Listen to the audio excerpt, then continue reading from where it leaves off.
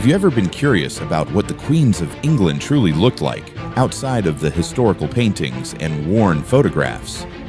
In this video, we will bring 10 queens to life. Women who influenced the course of English history through their power, politics, love, and persistence. You will see the portraits of queens from Elizabeth I, the Virgin Queen, to Queen Mary, the steady force behind the modern monarchy, come to life before your eyes as we take a tour through hundreds of years of royal history. Get ready to see the queens in a whole new light.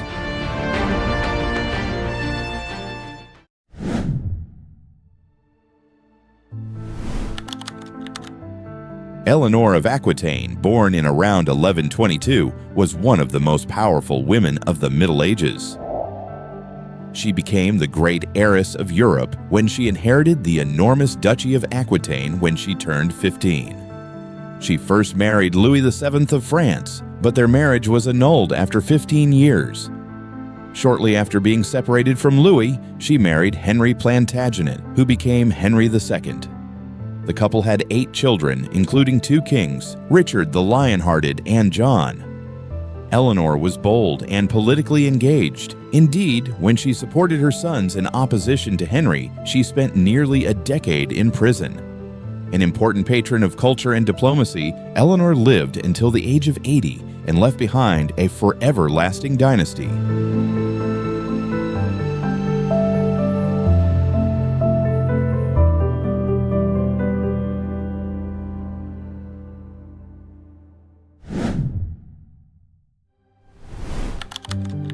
Isabella of France. At 12, Isabella of France married Edward II and became Queen of England.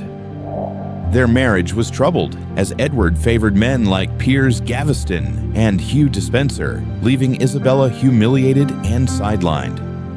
Intelligent and ambitious, she tried to preserve ties with France, but grew disillusioned and rebelled. In 1325, she allied with Roger Mortimer, invaded England, and forced Edward to abdicate in favor of their son, Edward III.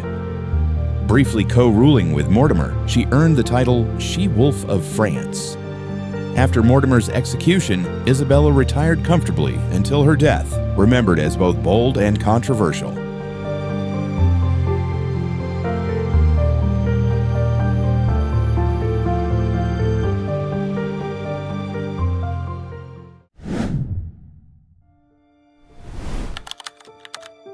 Born in 1310, Philippa of Hainault became Queen of England upon marrying Edward III in 1328. Their union was, unusually for a royal marriage, both political and romantic. The couple had 13 children who facilitated alliances on the European continent. The English people loved Philippa for her modesty and compassion, but she is most remembered for the events of 1347, when she convinced Edward to allow 6 men of Calais to keep their heads. She was also a promoter of learning, the arts and trade, and a special friend of the people during the Black Death. After Philippa died in 1369, she was mourned as a dutiful queen, a woman remembered for her kindness and humanity.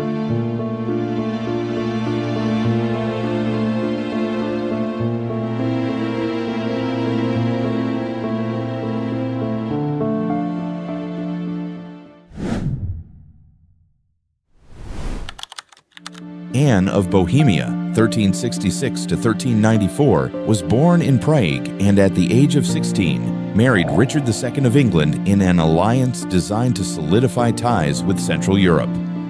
Her dowry was relatively small, and she was the subject of ridicule, but she soon earned the respect of her husband's court due to her kindness, gaining the moniker Good Queen Anne. Her affection for Richard was apparently unique in the sense that the couple did not produce any children together, but Anne stayed close to him in troubled times. She brought back new ideas and new literature from Bohemia, and frequently urged mercy and compassion. Anne lost her battle with the plague at the age of 28, but is remembered for her loyalty, gentleness, and quiet diplomacy.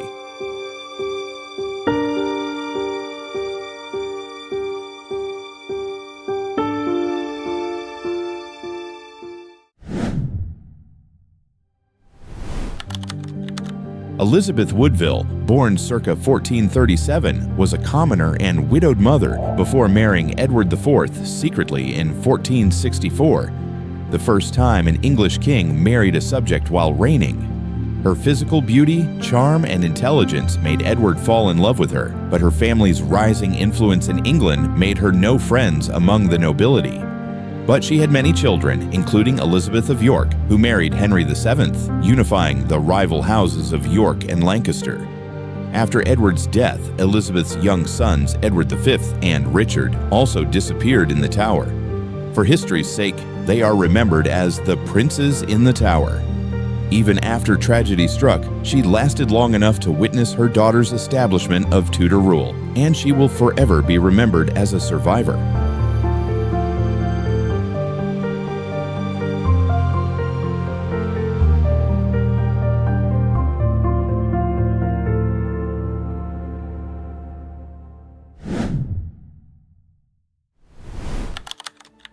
Elizabeth of York, born in 1466, lived through the Wars of the Roses and the disappearance of her brothers, the Princes in the Tower. As the leading Yorkist heir, her marriage to Henry Tudor in 1486 united the rival houses of York and Lancaster, symbolized by the Tudor rose. Though politically quiet, Elizabeth gave Henry what he most needed as king: heirs, legitimacy, and stability. Admired for her beauty, humility, and loyalty, she was mother to Arthur, Prince of Wales, and the future Henry VIII.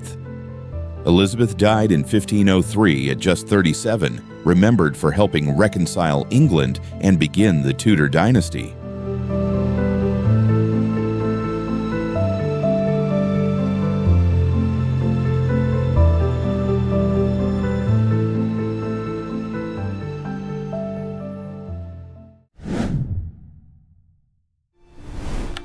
Catherine of Aragon, born in 1485 to Ferdinand and Isabella of Spain, grew up steeped in diplomacy and faith.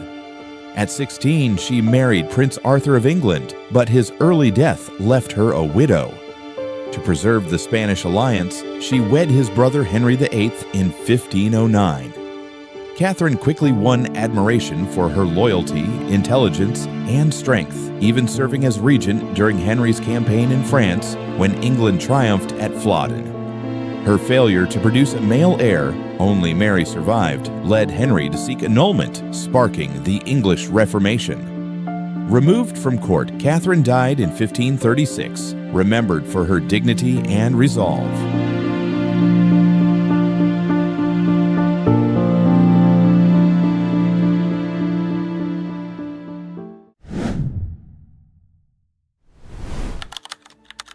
Anne Boleyn, born around 1501 to Thomas Boleyn and Elizabeth Howard, grew up well educated in the Netherlands and France, returning to England refined, clever, and striking.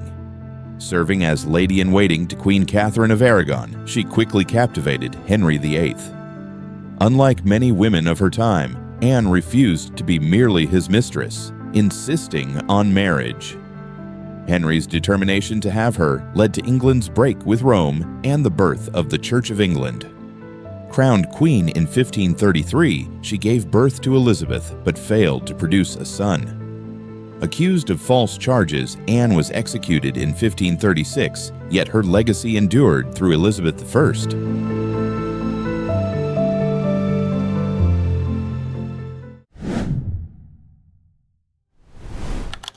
Jane Seymour, born around 1508, was the third wife of Henry VIII and the only one to give him the longed-for son. The daughter of a country knight, she served as lady-in-waiting to both Catherine of Aragon and Anne Boleyn before catching Henry's attention with her modesty and calm nature. Just days after Anne's execution in 1536, Jane was married to the king. Unlike her predecessors, she avoided politics, but worked to ease tensions between Henry and his daughter Mary. In 1537, she gave birth to Prince Edward, but died shortly after from childbirth complications.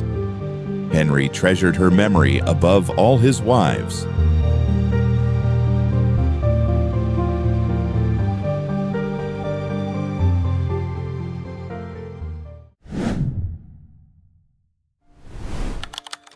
Elizabeth I, born in 1533 to Henry VIII, and Anne Boleyn entered life under a shadow of danger, declared illegitimate, and even imprisoned by her half-sister Mary. These early trials taught her caution and resilience. In 1558, at just 25, Elizabeth became queen, beginning a reign of 45 years that would define an age. She never married, famously calling herself the Virgin Queen, devoted solely to her country. Elizabeth stabilized religion with a lasting Protestant settlement, defeated the Spanish Armada in 1588, and oversaw a flourishing of culture led by Shakespeare and daring exploration abroad. At her death in 1603, she left England strong, united, and unforgettable.